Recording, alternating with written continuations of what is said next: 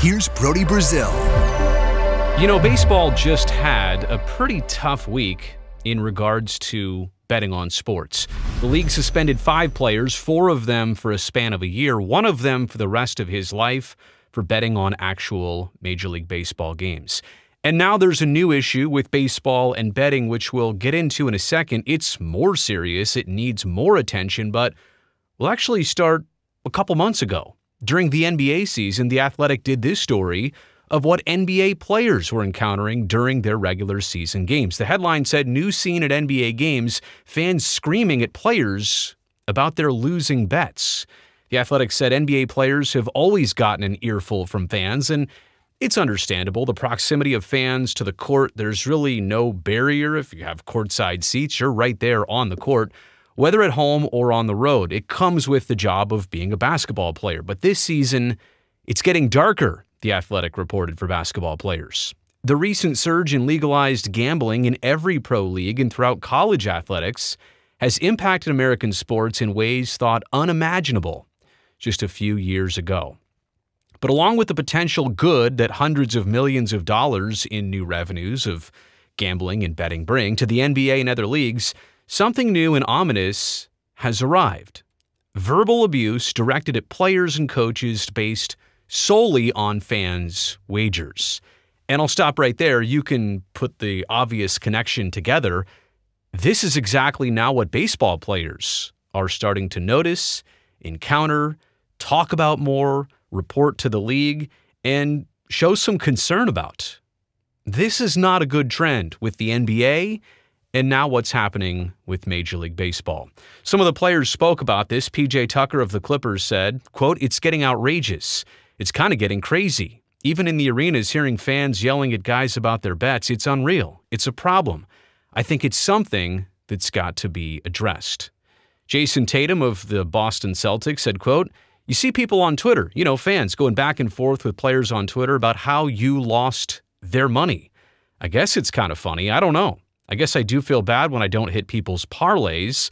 I don't want them to lose money, but I go out there and try to play the game," end quote.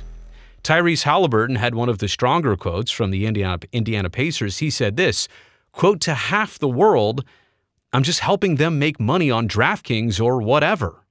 I'm a prop. You know what I mean? That's my social media. That's what my social media mostly consists of."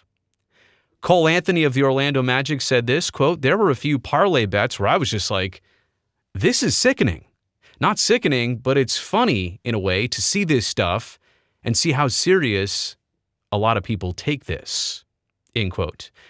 And then it goes deeper. Check out this story from Cleveland Cavaliers coach J.B. Bickerstaff. He said last month, this must have been February, I want to say, January, February, that a gambler somehow accessed Bickerstaff's cell phone number and left him threatening texts and voice messages intimating he knew where Bickerstaff and his family lived. I mean, we need to stop right there. This has gone beyond a level of, hey, you won, you lost, you're good, you're terrible. This is way beyond any normal level of heckling, which I think we all agree comes with the territory of fans and player dynamics and the heat of the moment in game situations. That's all kind of understood to a reasonable degree. This is 10 steps deeper than that. Quote, "It's a dangerous game and a fine line that we're walking for sure," Bickerstaff said.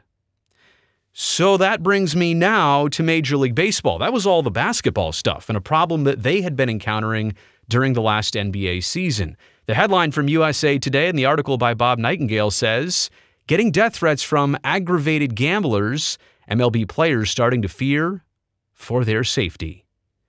The first couple words of this piece say, they receive death threats. They are followed home by strangers.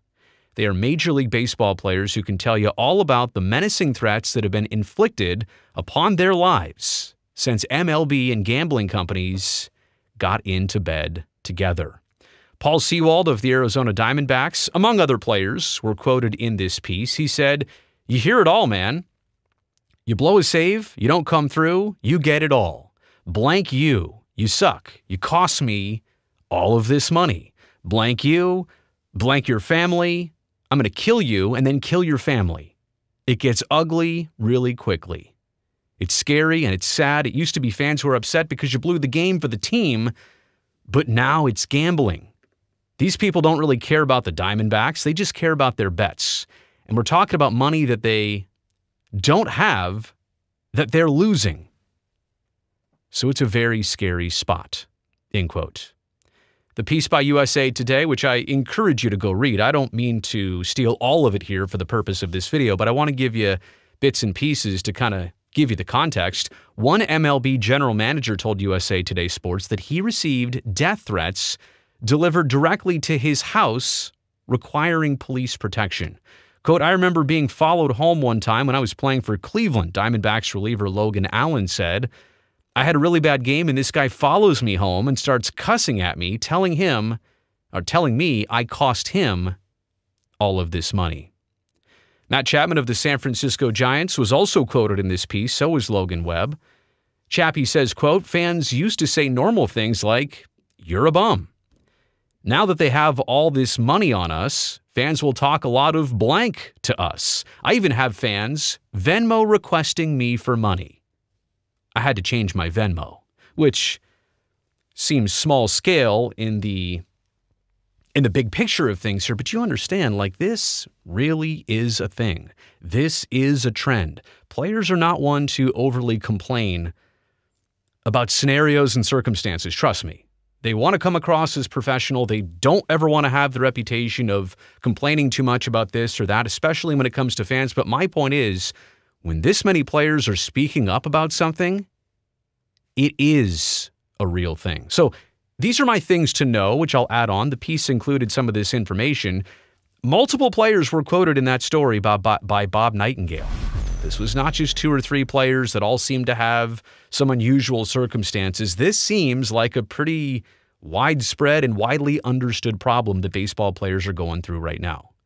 Major League Baseball and the Players Association, they are aware of this. In fact, they have set up an anonymous hotline for players to call in and report these things that are happening and then hopefully get protection, get services, get things taken care of so that it doesn't have to fly under the radar and baseball players don't know what to do. That's a start, but that's reactionary to the problem. Teams, Major League Baseball teams, they're also not allowed to promote in-game wagering like at the stadium. Certainly you see a bunch of it on the broadcast, but teams are not allowed to, while the game is going on, encourage more in-game bets. And that's also part of the thing here. It's one thing of how it used to be that wagers could be placed before a game, win or lose, over, under, prop bets here and there. Now, bets are happening literally in real time from the right field bleachers. And so the instant nature of winning and losing brings the instant nature of, I'm going to take it out on you right here, right now. But teams can't promote in-game wagering. That kind of seems like a bare minimum and the very least, though, that they could actually be doing. And the bottom line here, it's literally on the bottom of your screen, the league and teams have long-standing, long-term betting arrangements and agreements with these companies. If you think that the partnership side of all this is going to go away to make the problem easier, that's absolutely not happening. In fact, we are encroaching on more gaming, more betting, more gambling opportunities for the general public, and probably more of this scenario and the feedback and the aggravation of fans towards players. I think the biggest takeaway of all of this, there's really only one thing to understand here. We are such in uncharted territory. Gambling's been around for a long time. Betting's been around for a long time. But with technology, with the legalization, with the promotion of it, with the synergy all kind of coming together, we've never been at this spot before. And to the point where every league has problems. The NBA, just this past season, suspended a player for life. Major League Baseball, last week, suspended a player for life.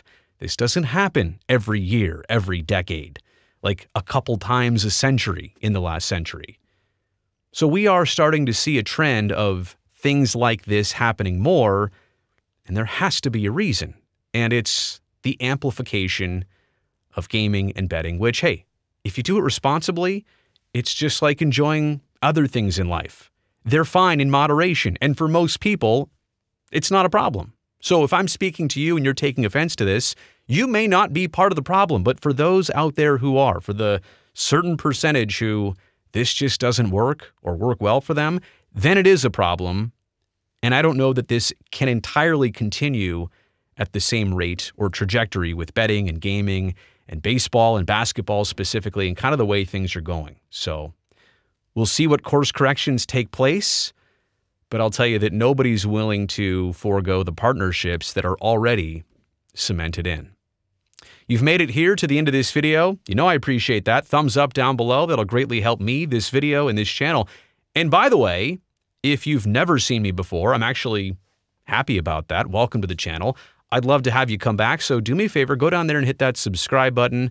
That way, I can definitely see you back here next time.